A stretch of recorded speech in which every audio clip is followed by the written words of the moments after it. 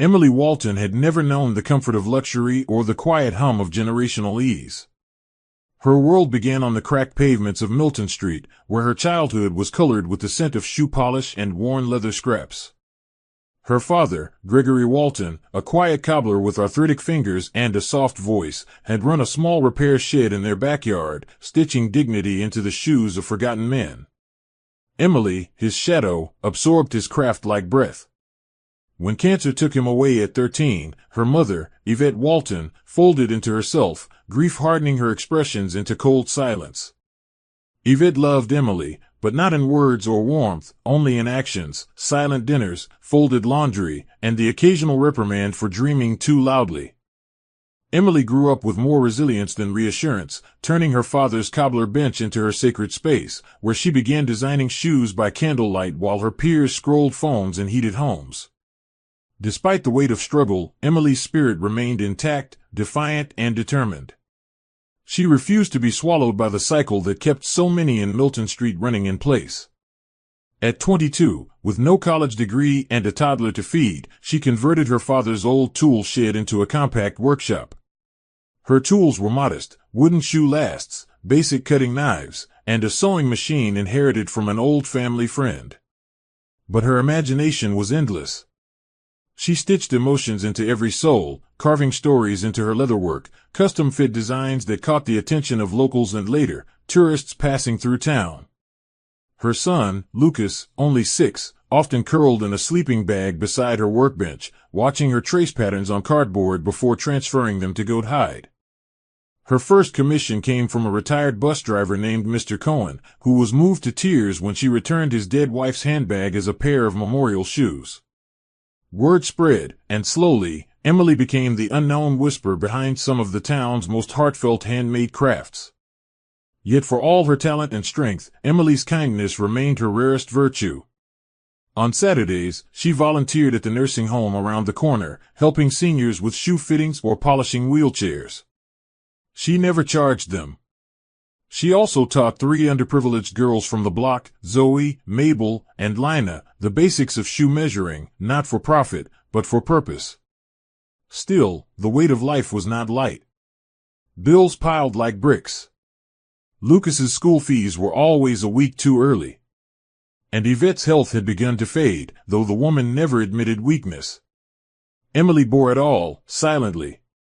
She believed if she stitched hard enough, prayed quietly enough, and loved deeply enough, the world would one day open a door. But she never imagined that door would swing wide through a man named Nathaniel Rivers, a man from a world so far from Milton Street, it might as well have been the moon.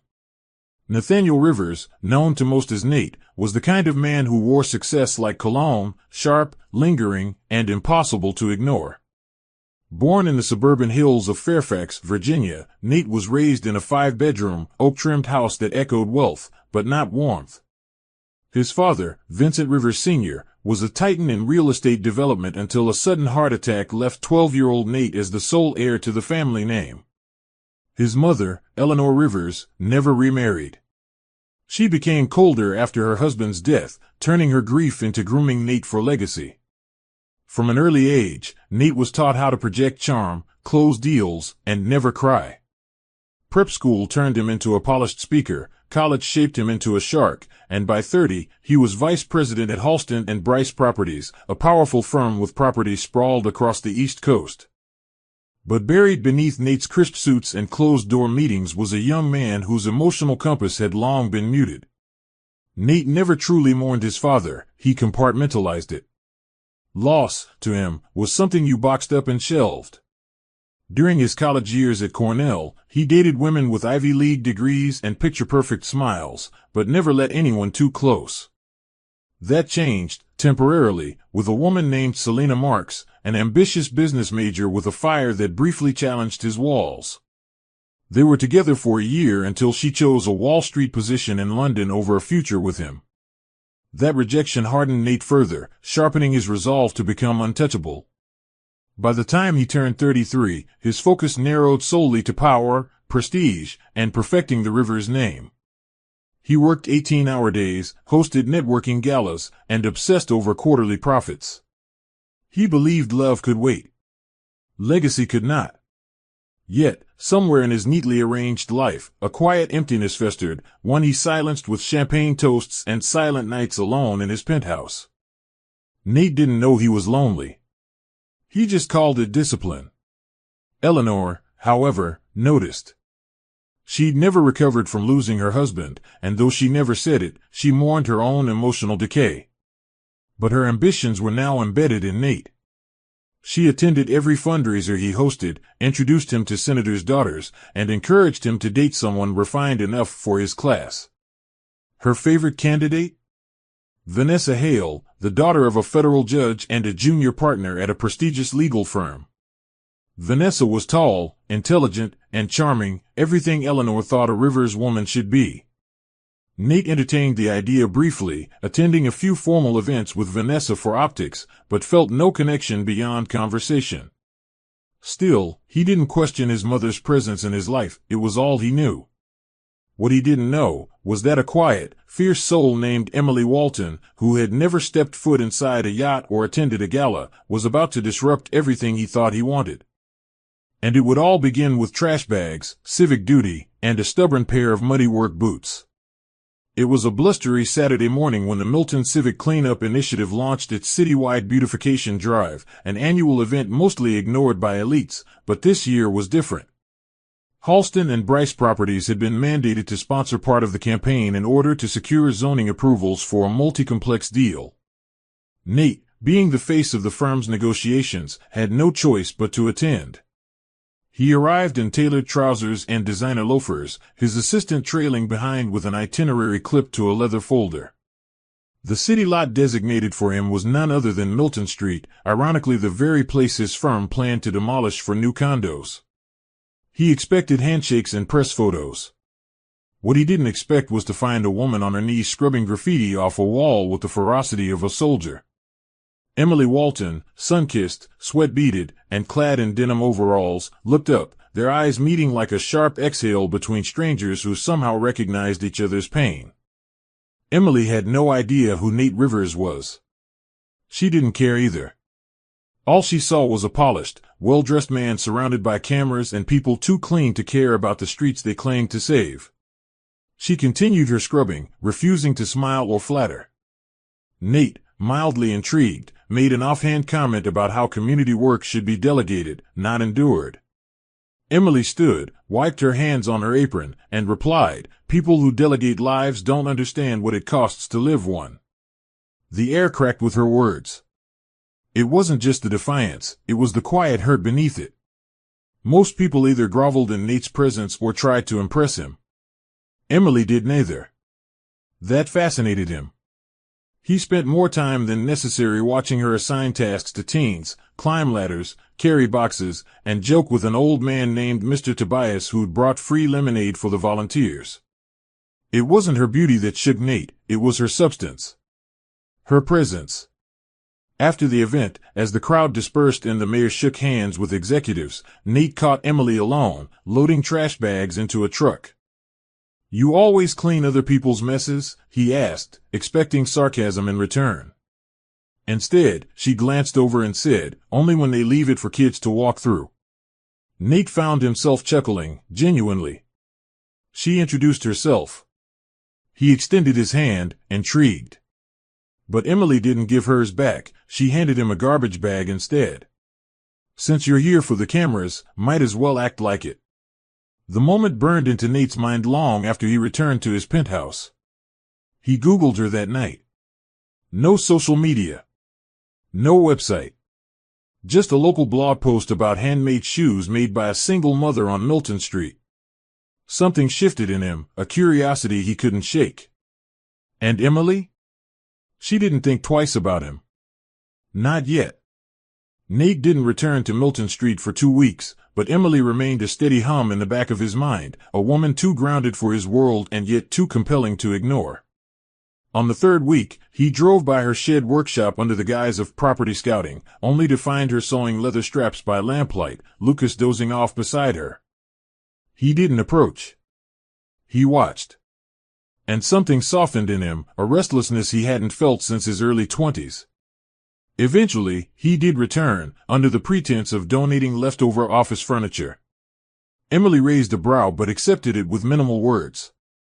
What began as casual drop-ins soon became coffee runs, and soon after that, long conversations over takeout on paint buckets. She'd tell him about her dreams of starting a full-service footwear brand and hiring other women like herself.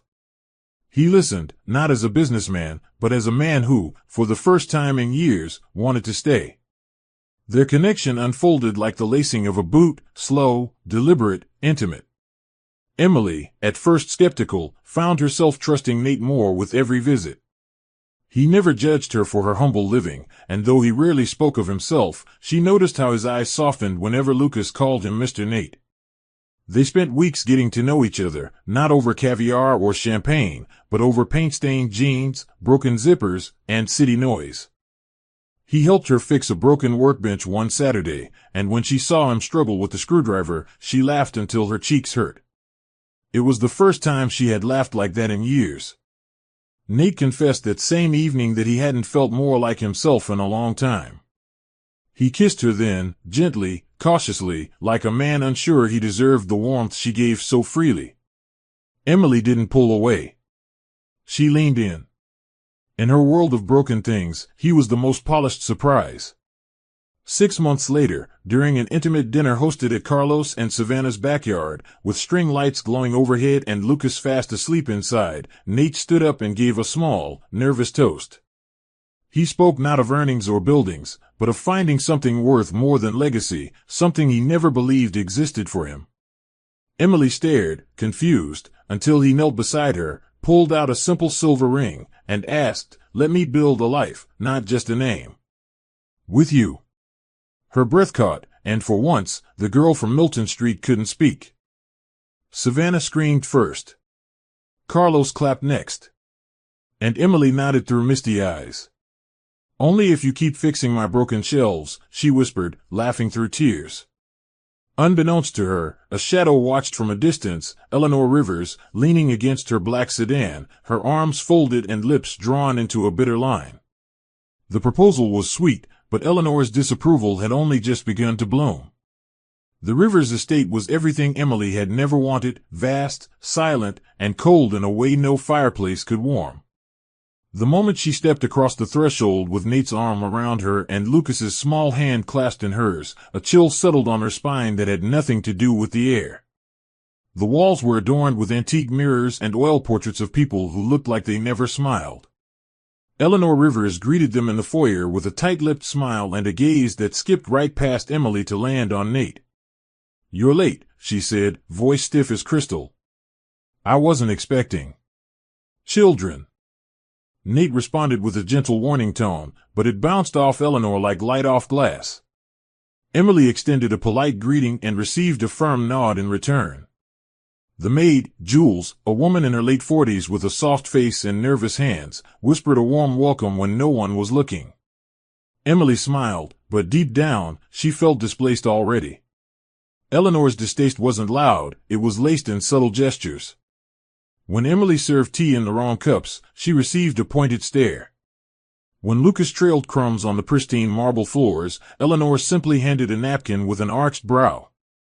But worse than the condescension was her whispered comments behind closed doors, which Emily overheard one night from the hallway. "A woman with calluses shouldn't bear the Rivers name." Nate tried to mediate, brushing it off as generational differences. He'd kiss Emily's forehead and tell her to ignore it, that Eleanor would come around. But Emily could feel the tension tightening like thread beneath her skin. She wasn't ashamed of who she was or where she came from. She just didn't know how to fight a war that was waged in silent nods, clenched jaws, and social chess moves she never learned. She found comfort in Jules, who confided that Eleanor had once driven away another woman Nate loved, quietly, deliberately, and without ever lifting a finger. While Nate juggled boardroom deals and expansion meetings, Emily tried to keep the household from feeling like a war zone. She turned a spare guest room into a modest workshop, working quietly as Lucas played beside her, unaware of the undercurrent of disdain that filled the halls. On weekends, she invited Carlos and Savannah over, but Eleanor often made excuses for why they couldn't stay long. Emily began to notice how Nate sometimes adjusted her words when retelling stories at events, softening her dialect, skipping over her job title. The deeper they moved into the river's lifestyle, the more Emily felt herself being reshaped like one of her leather molds, bent, stretched, sanded to fit. But she didn't bend easily. She stitched her days with resilience, watching Eleanor closely and silently building a plan. She wouldn't lose herself in this house. And she wouldn't let Lucas grow up thinking love meant being tolerated instead of treasured. Emily first met Vanessa Hale during a private networking mixer. Nate insisted they attend together, a formal gathering hosted by Halston and Bryce. The event took place inside a lavish ballroom surrounded by men in designer suits and women in dresses that whispered wealth with every step. Emily wore a cream-colored dress she made herself, hand-stitched and elegant in its simplicity. She caught several eyes for her beauty, but Vanessa's stare was different. It was sharp, measured, and coldly amused. Tall, poised, and polished to the bone, Vanessa carried the air of someone who had never been told no. She approached with champagne in hand and greeted Nate with a hug that lingered far too long. "So, this is Emily," she said smoothly, her smile never touching her eyes. "I've heard things." Emily extended her hand, unbothered, but Vanessa didn't shake it. Instead, she turned back to Nate, recalling old stories from college as if Emily didn't exist at all.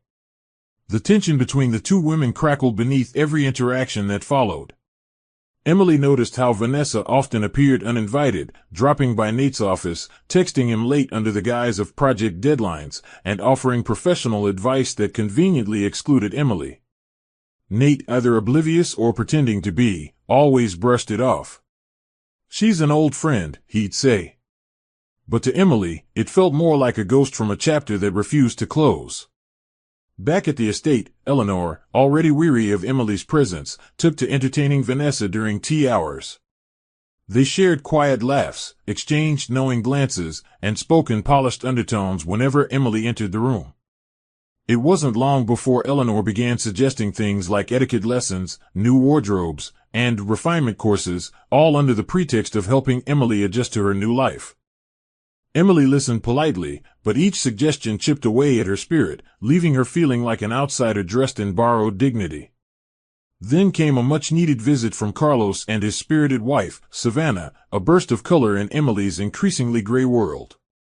They brought laughter, warmth, and stories from Milton Street, grounding Emily back into who she truly was. But the moment Carlos playfully hugged Emily in the hallway, Vanessa, who had just arrived to drop off paperwork, caught a glimpse and raised a perfectly arched brow.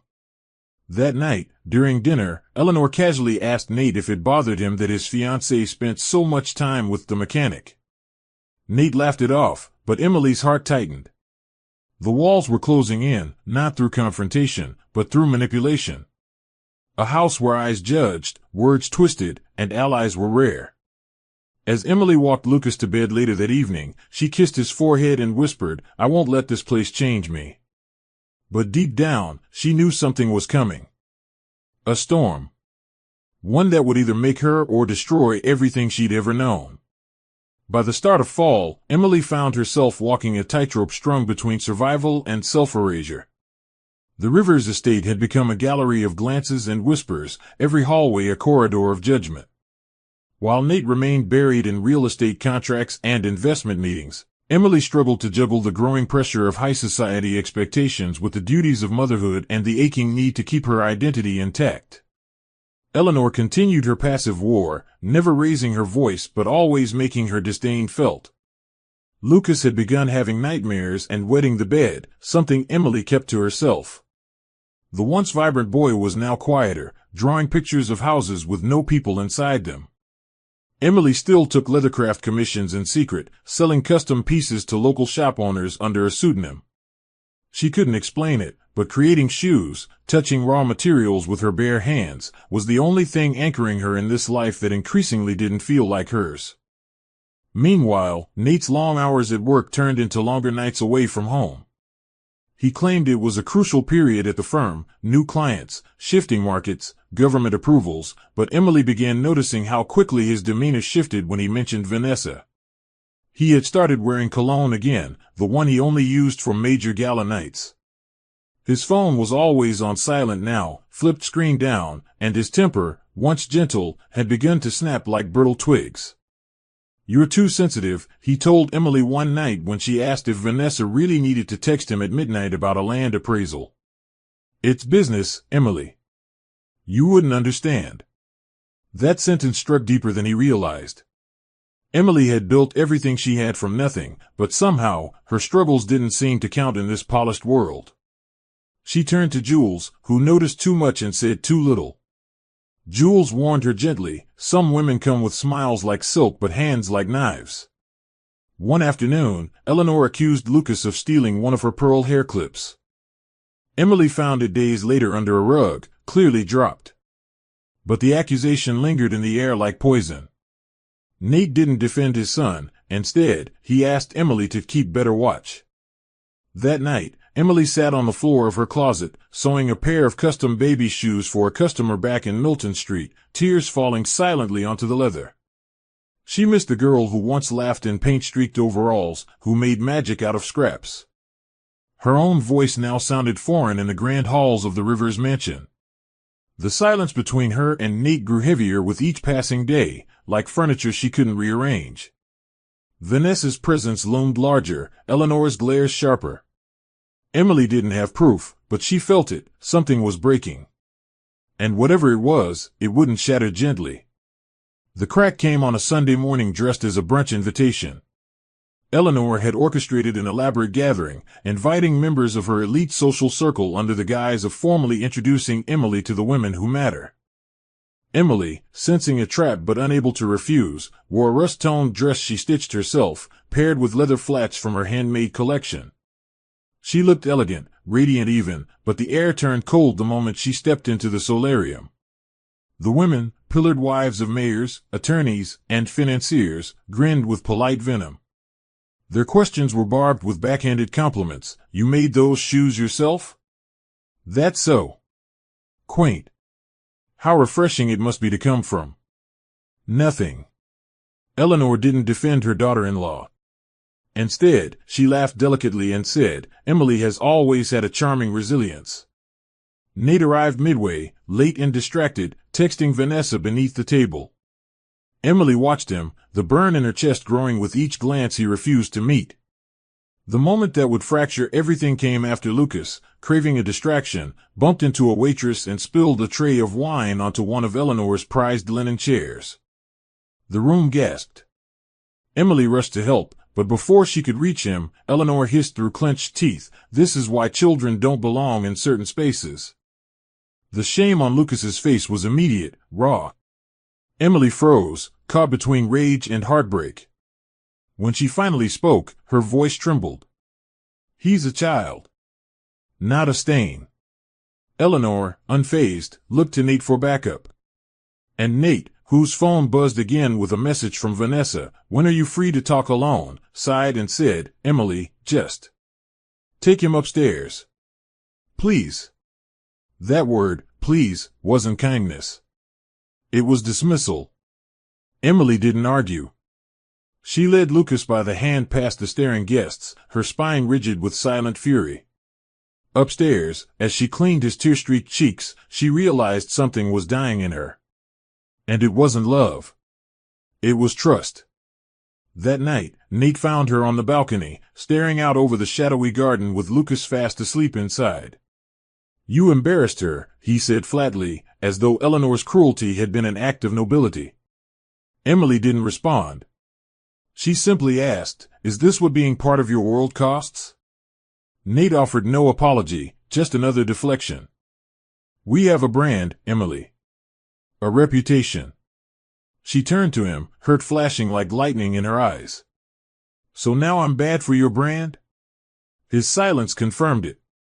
The quiet war turned into something deeper, a chasm filled with resentment and unspoken truths. That night, Emily gathered a few of Lucas's clothes into a backpack and slept on the floor beside his bed. Downstairs, Eleanor praised Nate for maintaining order. And in another home, Vanessa poured herself wine and texted, "She'll never belong." And you know it. Nate read it, didn't reply. But the seed had been watered, and it would soon grow into something cruel. The Halston and Bryce Property Summit in Charlotte was meant to be a turning point in Nate's career. For weeks, Eleanor spoke of it as an opportunity for him to seal a billion-dollar waterfront contract that would elevate him into executive ranks. But for Nate, the summit represented something else entirely, a weekend of escape. Vanessa Hale had been assigned to co-lead the pitch alongside him, and the invitation came laced with unspoken intentions. Emily, already distant, didn't question his departure. She merely handed him his luggage with the same expression she now wore daily, unreadable. At the hotel, away from the heavy gaze of family and expectations, Vanessa dropped the professional mask. She wore a silk robe instead of her usual blazers, her perfume trailing like temptation. On the second night, after too many drinks and even more blurred lines, Nate kissed her. There was no resistance. What began as a drunken slip became a deliberate betrayal wrapped in hotel sheets and whispered lies. Back home, Emily tried to convince herself that the silence in her marriage wasn't infidelity, it was stress, pressure, circumstance. She threw herself deeper into her leathercraft, completing late-night orders for clients she'd gained from Carlos's referrals. She designed a new line of children's shoes, something inspired by Lucas's sketches of superhero boots, and sent out prototypes anonymously. Jules, ever observant, noticed the distant look in Emily's eyes and the way Nate had stopped kissing her goodbye in the mornings. "Be careful," she warned one evening as they folded laundry. "That house doesn't take kindly to strong women." Emily smiled weakly, brushing the comment aside. She didn't know what to be careful of anymore, Eleanor, Vanessa, or her own unraveling hope. Lucas began asking why Daddy was never home, and Emily lied, again and again, until her words tasted like dust. And across town, Vanessa tucked Nate's tie into her purse after another rendezvous and whispered, "You're wasting time going back there." When Nate returned, he came bearing excuses and guilt poorly disguised as fatigue. Emily watched him from the dining table, noting the new cufflinks and the different scent on his skin. He talked about presentations, deals, and late nights, but avoided eye contact when she asked how the hotel food was. That night, after Lucas went to sleep, Emily walked past their bedroom into the guest room, claiming she needed space. Nate didn't protest. He only nodded, as if some silent agreement had already been made. The next morning, Emily found a small lip gloss container wedged between the seats of Nate's car, cherry red, not her shade. She placed it on the kitchen counter without a word. Nate saw it. Still, he said nothing. Outside, it began to rain, a heavy, unrelenting storm. Emily stood at the window, arms folded, and whispered to herself, "So this is how betrayal enters. Without a knock, without a sound, and wearing your husband's suit." The confrontation came on a Tuesday morning, so ordinary it made the destruction feel surreal. Emily had just dropped Lucas off at school and returned home early to find Nate's car parked in the driveway, odd, considering he was supposed to be at a regional board meeting. She walked in quietly, passing the foyer where Eleanor's voice echoed faintly from the parlor. As she turned toward the kitchen, she froze.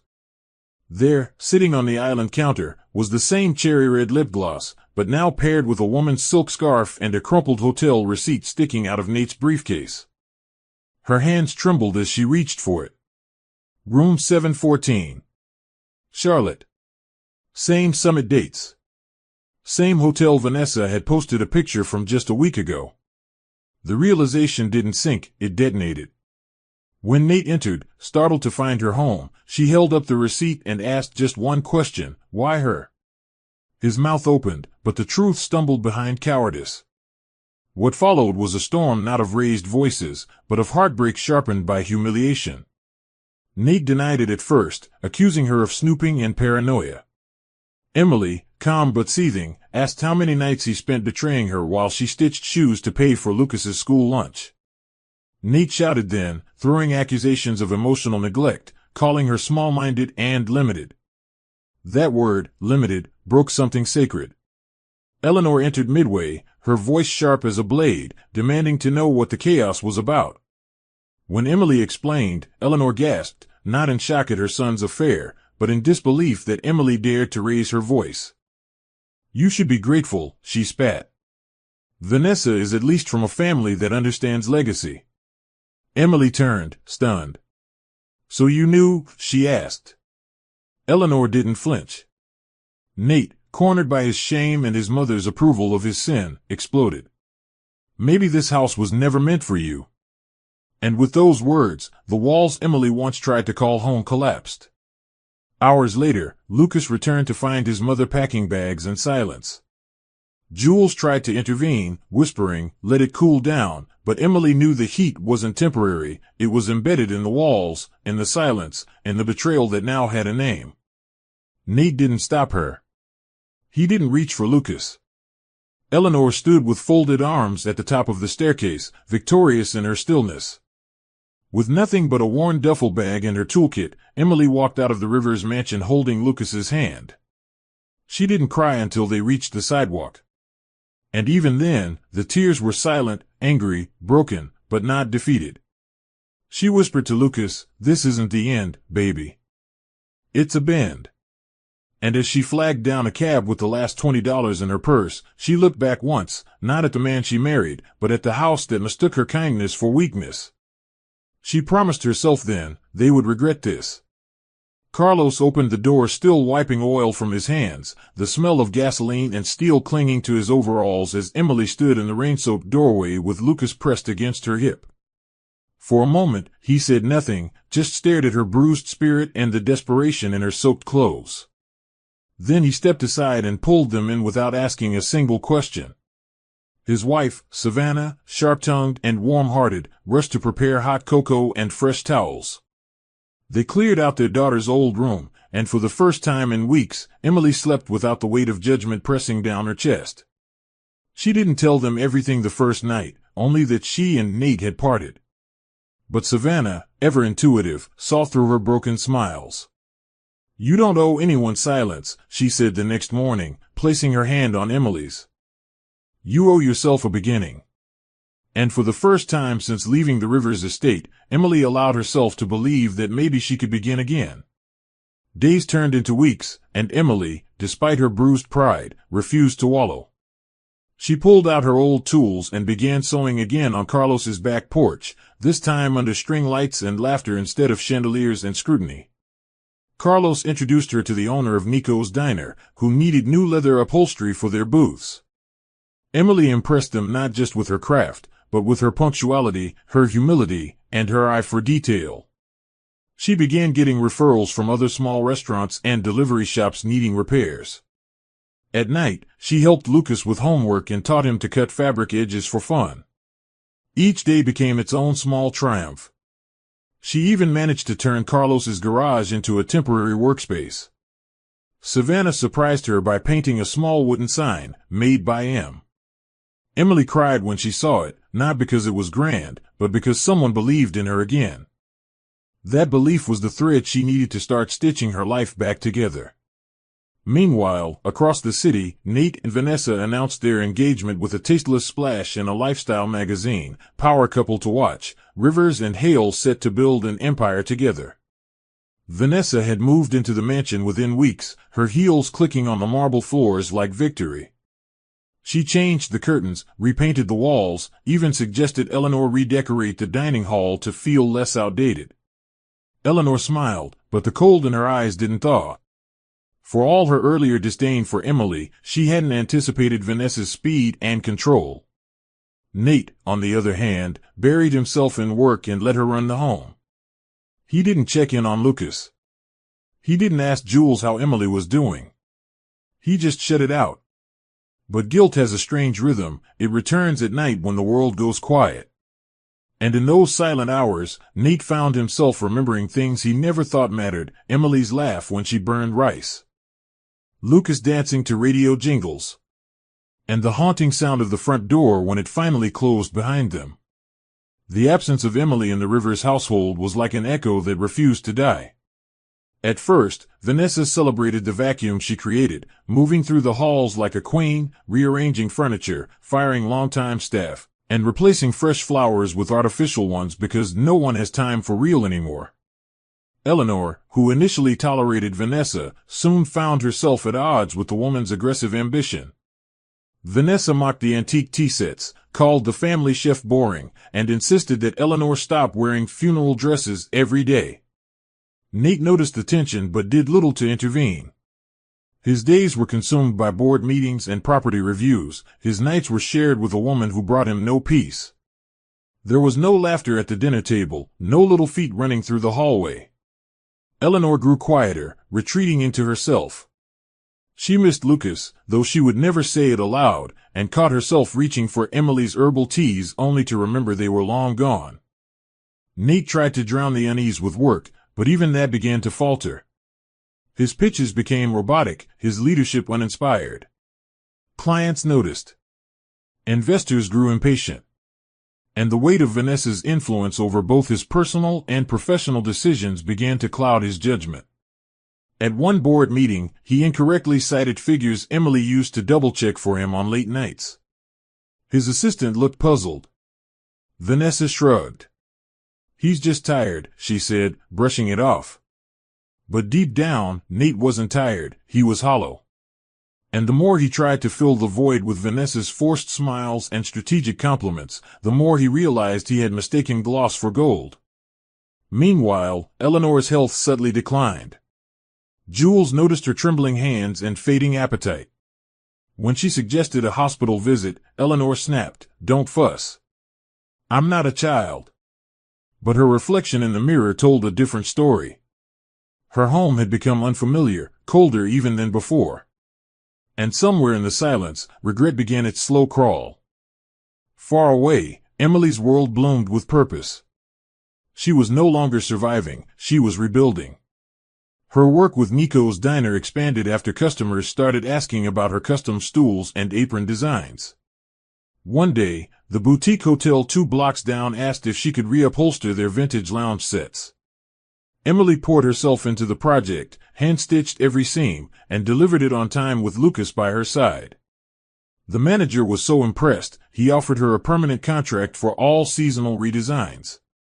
She opened a business account under Made by M and registered it as a small business. Her mornings became a dance of deadlines and deliveries, and her evenings were filled with soft laughter, stories, and hope. She tucked away the pain of her past, but not forgotten it.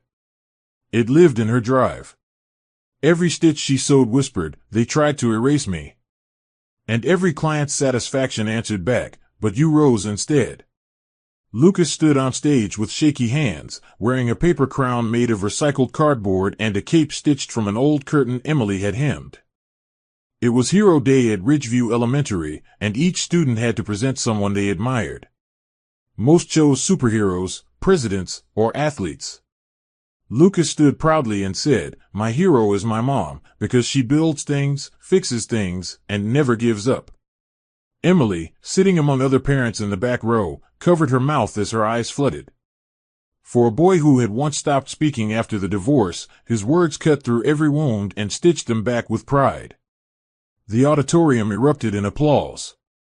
After the event, a woman in a navy blue pantsuit approached Emily and introduced herself as Melissa Dorian, a creative director for a high-end footwear catalog. She had recently purchased one of Emily's reupholstered chairs at the hotel and had been searching for the woman behind the craftsmanship ever since. Melissa was more than impressed, she was invested. She offered Emily a collaborative opportunity to design a signature line of handmade children's shoes for their holiday campaign. The deal wasn't massive in numbers, but it was monumental in reach. Emily returned home that evening shaking, not from fear, but from disbelief. She pulled Lucas into her lap and told him, "You gave Mommy wings today." Over dinner, Carlos and Savannah celebrated the news like it was their own. Savannah insisted they throw a backyard cookout to honor her. It wasn't champagne and designer gowns, but it was joy. And it was real. Meanwhile, across town, Jules did something she had never done before. She visited Emily. She arrived in a cab, looking over her shoulder, and handed Emily a folded sheet of paper. "I shouldn't be doing this," she said. "But you deserve to know." It was Eleanor's new medication list, longer than it should have been, with 2 prescriptions missing entirely. They're not taking care of her, Jules whispered. Emily stared at the paper in silence, her hands tightening. She hadn't heard from or about Eleanor since the day she left, and she wasn't sure she wanted to. But something in Jules's eyes, desperation, perhaps, cut through her anger. Jules explained that Eleanor had grown weaker, barely left her room, and Vanessa rarely visited her unless it was to complain about the household. Nate had grown colder, barely present, and often didn't notice Eleanor's episodes. Emily asked why Jules was telling her this. The woman took a breath and replied, "Because you were the only light in that house." And they snuffed it out. Emily didn't respond. That night, she sat at her sewing machine with Lucas curled beside her and the prescription list tucked beneath a sketch pad. She had no plans to return. But the whisper of hope that maybe she could still choose grace over anger lingered quietly. Something was changing, again. But this time, Emily would control the direction. The empire Nate once held with steel-like grip had started to fray around the edges. Projects were delayed, clients grew impatient, and investors were quietly pulling out. He chalked it up to market volatility, but deep inside, he knew it wasn't numbers that had shifted, it was him. Vanessa, now firmly installed in the Rivers mansion, had her own agenda. She began pressuring Nate into riskier ventures, high-yield real estate flips, low-regulation developments in fragile neighborhoods, and shady partnerships masked with luxurious brochures. Her charm that once thrilled him had evolved into manipulation, masked threats layered in velvet smiles. When he hesitated on a deal that required bending zoning laws, she scoffed, maybe Emily was right. You're not built for legacy, just convenience. The insult lingered. Nate stared at himself in the mirror that night and saw a man unrecognizable, his jaw clenched, his eyes hollow, and a gnawing hollowness wrapped around his once proud posture. The guilt had calcified. And now, it was caving him in. At home, Eleanor's silence had transformed into physical frailty. She no longer attended brunches or hosted charity events. Her elegant dresses hung untouched in her wardrobe, replaced by hospital gowns and heavy blankets. Vanessa made no effort to hide her disinterest in the aging matriarch. She often skipped meals and only checked in to comment on inheritance-related documents. Eleanor once attempted to speak during a dinner, struggling to lift a fork, but Vanessa cut her off mid-sentence with, "You'll rest better when you stop overexerting your opinion." Nate barely looked up. It was Jules who fed her, Jules who reminded her to take her remaining medication, Jules who tucked her in at night. The Rivers estate, once rigid with dignity, now reeked of cold transactions and unloved history. Nate began having silent panic attacks in the study, holding his chest when no one watched, afraid to admit weakness. He started staying longer at work, not to succeed, but to escape. The mansion no longer felt like home. On a cold Thursday evening, Eleanor and Vanessa had their first open confrontation. Eleanor, shaking and clutching her walking stick, accused Vanessa of switching her medication and withholding assistance. Vanessa laughed. "You're lucky I haven't packed you off to a care home already," she spat. The word struck Eleanor like ice. She called for Nate that night, breathless and pale, but he didn't come. Jules found her sobbing in the hallway. That same night, Nate scrolled through his phone while alone in his car outside a closed bar. A video had gone viral, Emily's new children's shoe collection featured on a lifestyle segment. Her name, her story, her strength. The host called her a rising star in American handmade leather fashion. Nate watched in silence, tears threatening but never falling. He missed her. Missed Lucas. Missed peace. But the curtains had already begun to fall, and he was the one who had drawn them shut. Carlos sat across from Emily in a buzzing downtown cafe, a folder spread between them, his fingers tapping the table as he explained the opportunity. A longtime customer of his garage, Elliot Brax, happened to be a mid-level investor in boutique retail and had taken a special interest in Emily's rise. After reviewing her designs, her story, and the social traction of her viral feature, Elliot offered to fund a full-scale launch of her brand under one condition: it had to remain hers. "He doesn't want to own you," Carlos said, smiling. "He wants to help you fly." Emily was overwhelmed. Her hands trembled as she flipped through the paperwork, seeing phrases like independent ownership, exclusive rights, and percentage royalties. It was more than validation, it was freedom. She could hire women like her, mothers with calloused palms and silenced dreams. She could create something lasting. For the first time in years, she felt not rescued, but empowered. Emily's first act was to rent a modest studio space in a former art loft, bright, open, with brick walls and rustic charm. She painted it warm beige, lined it with hanging tools and leather rolls, and hung Lucas's old superhero drawing on the entrance wall. "This is our headquarters," she told him, beaming. Word spread fast. Former customers began flooding her inbox. One woman, who had been laid off from a luxury retail job, joined her team. Another, a mother of twins, offered logistics help. By the end of the month, Emily had 4 part-time artisans and 2 interns. She named the brand Stitched and Strong. Each pair of shoes had the names of the women who crafted them burned into the soles, a tribute to their journeys. But amid her rising joy, an unexpected face arrived, Jada, Vanessa's former maid. Let go after speaking up about Eleanor's mistreatment, Jada came seeking a job, carrying nothing but a broken resume and hope. Emily didn't hesitate. "You're hired," she said. "We rebuild here." Word of Emily's growing influence eventually circled back to Vanessa, and she didn't take it well. At first, it was disbelief. Then jealousy. Then rage. She called her attorney and demanded they send a cease and desist letter to Emily, accusing her of using Rivers' personal connections and media ties to gain publicity. When the letter arrived, Emily read it with calm resolve and passed it to Elliot. "We'll take care of this," he assured her, unfazed. But Emily wasn't afraid. She had built this with sweat, not favors.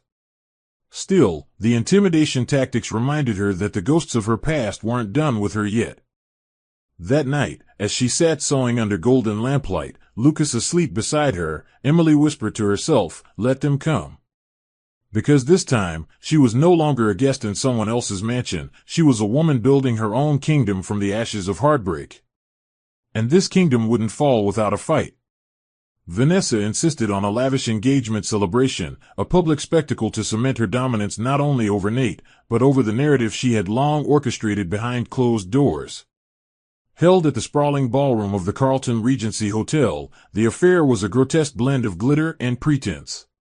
Marble floors shimmered under crystal chandeliers, and uniformed waiters passed hors d'oeuvres to socialites and politicians who wore smiles as thin as the champagne flutes in their hands.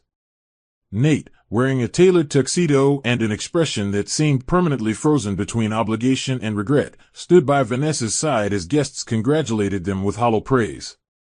Eleanor, escorted in by Jules, sat quietly in a corner, her presence barely acknowledged by the woman who was supposed to be her future daughter-in-law.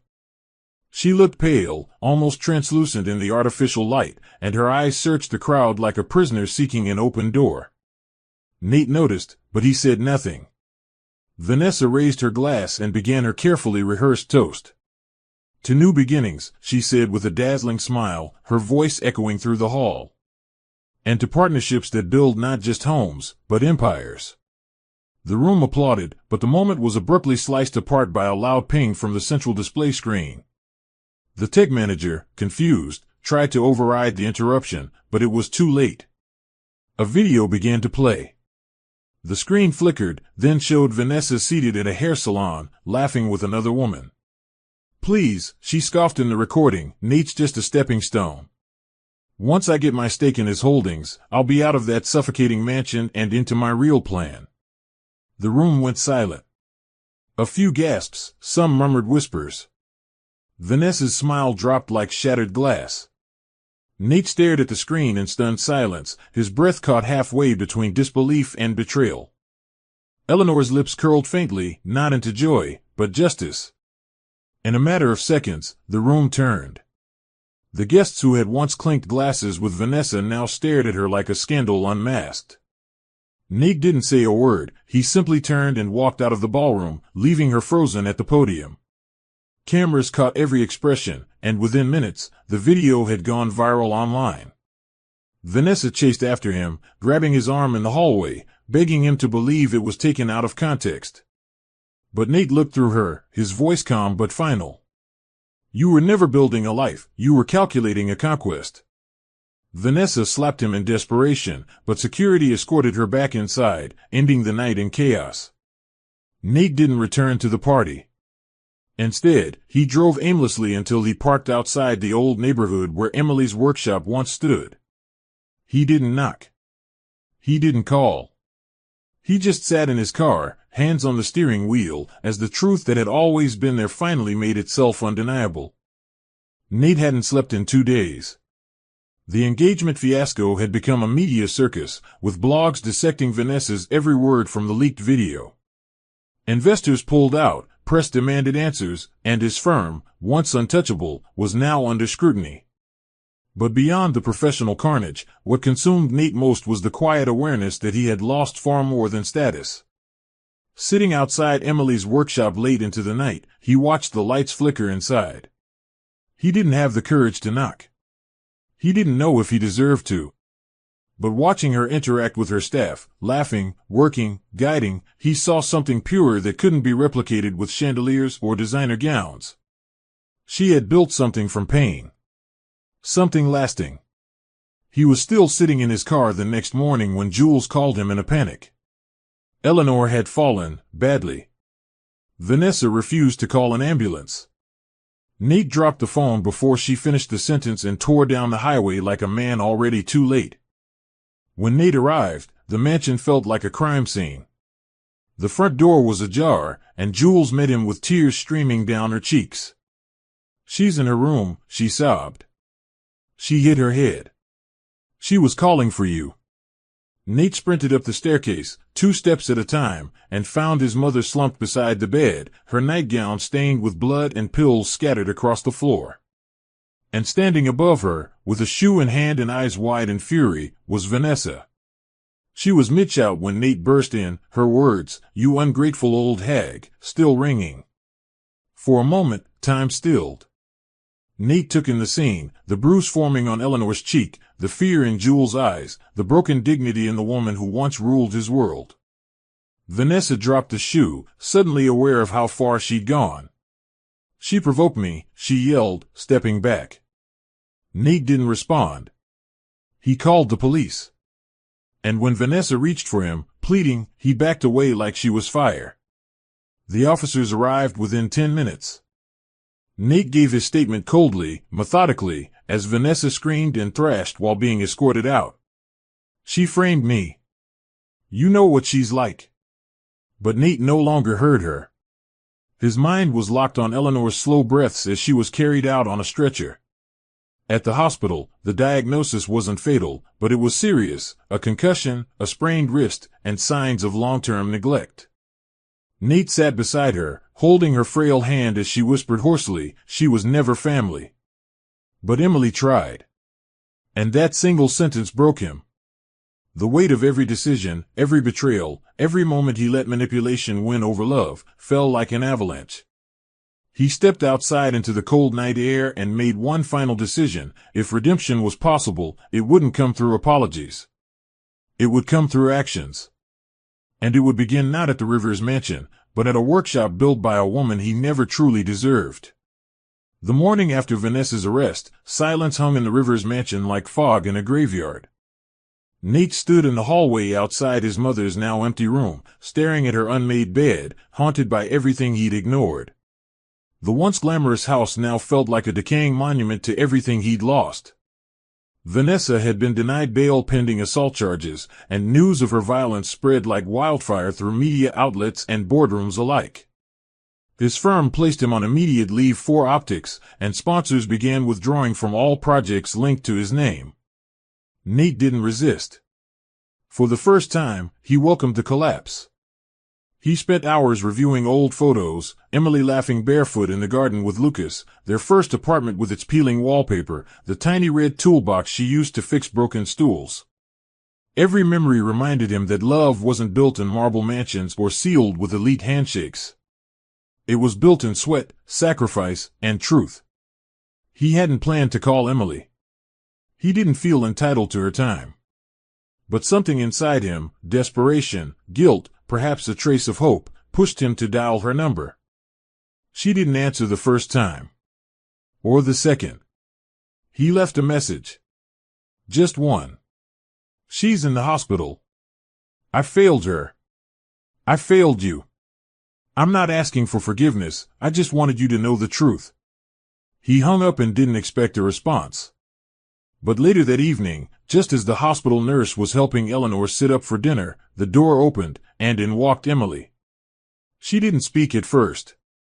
She simply looked around the room, her eyes landing softly on Eleanor's pale face. You look smaller, she finally said, her voice low. And older. Eleanor nodded, her voice thin. Because I am. And for what it's worth. I'm sorry. It wasn't dramatic. It wasn't enough. But it was real. Emily sat beside her, not as a daughter-in-law, but as a woman who still believed dignity could rise from the ashes. Nate stood in the doorway, watching the two women he had failed share a moment of painful, overdue grace. He didn't dare interrupt. He felt like a man peering into a life he once had the chance to protect but squandered. When Emily finally turned to him, there was no smile. Only calm resolve. I didn't come back for you, she said. I came because I'm still human. Nate nodded, accepting the boundary like a verdict. I know, he whispered. But thank you. Emily didn't linger. She walked past him, pausing just long enough to say, Lucas is doing great, by the way. He doesn't ask about you anymore. The words cut deeper than she intended, but they were true. Nate closed his eyes as she walked away, the scent of leather and lavender trailing behind her like a memory he could never reclaim. That night, for the first time in years, he cried without hiding. And no one was there to comfort him. Nate returned to the mansion that now echoed with absence. Eleanor had been transferred to an assisted care facility, by her own request, and Jules had resigned, claiming she had done her time in a house that forgot how to love. Left alone, Nate wandered through each room, touching surfaces that once bustled with life, now reduced to cold silence. The portraits of past Rivers men no longer inspired pride, they judged him.